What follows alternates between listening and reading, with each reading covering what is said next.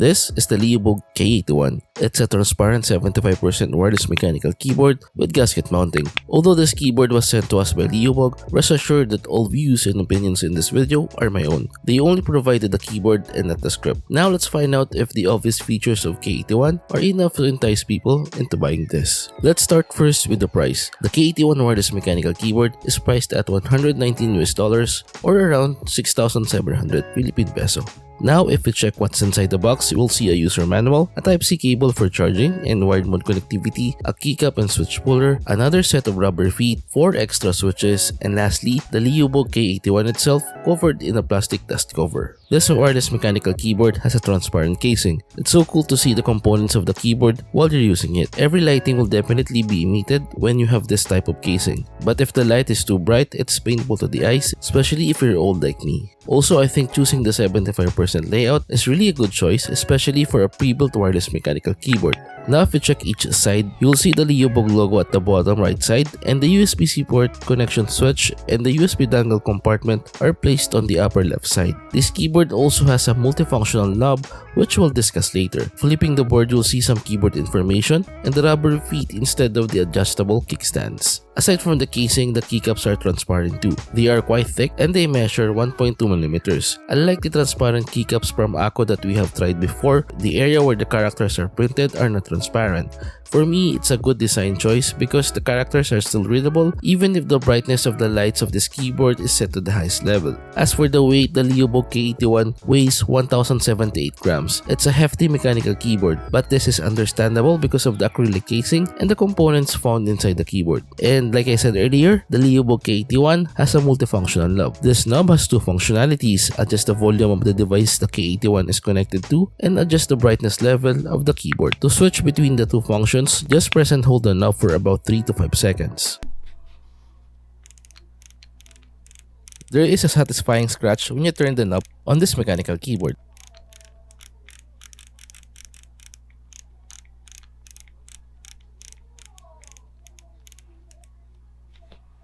As for the connection mode, the Leobog K81 has tri-mode connection. So far, in almost 3 weeks of using it, I haven't encountered any issues while connecting wirelessly. This is also the same while using the wired mode connection. Aside from the tri-mode connection, this keyboard is also NKRO or has an anti-ghosting feature. As you can see here, all the keys I'm pressing are registered. As for its battery, this keyboard has 3000 mAh battery capacity. Like I said before, the 3000 mAh is the average battery capacity I see in the market for a wireless mechanical keyboard. To be honest, I was impressed with the performance of K81's battery. Even with the RGB turned on, the wireless uptime of this keyboard is around 25 to 30 hours. I guess one of the reasons why K81 has longer wireless time is because it has sleep mode. Good thing the implementation of sleep mode on this keyboard is good and I have no complaints so far. As for the charging time, it took me 5 hours to fully charge the keyboard. If the battery is in critical levels, the function key blinks red. While charging, the function key will emit a steady red light, and once the keyboard battery is full, the backlighting of the function key will return to its original color. By the way, you can use this keyboard while charging. Meanwhile, the switches used in the Leobog K81 are proprietary switches. They are linear switches with 32 to 38 operating force, and they have minimal lubing but still have smooth typing acoustics. Frankly, the tactility of the switches are too soft for my liking, but they are not bad and I think most of you will like it. By the way, here's a quick sound test.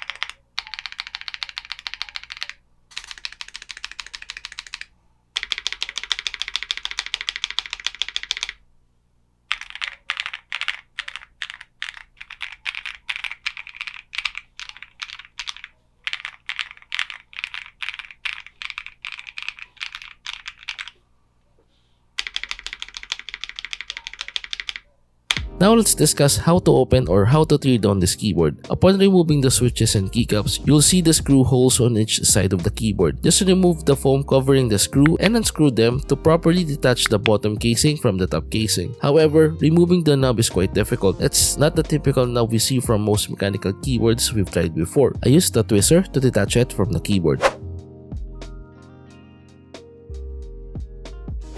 Inside the board, you'll see a lot of dampening materials, the 3000 mAh battery, the polycarbonate plate, and the 5-pin north-facing PCB. To fully separate the plate from the bottom casing, you need to detach two cables, a ribbon and a JST cable. Be careful when detaching these two cables as they are used by the dongle switch and the USB-C port of the keyboard. I think the component that is modifiable here are the stabilizers, but upon checking, the factory fresh stabilizers are good and they are already looped. Now let's do some modification. We'll change the switches and check how it sounds.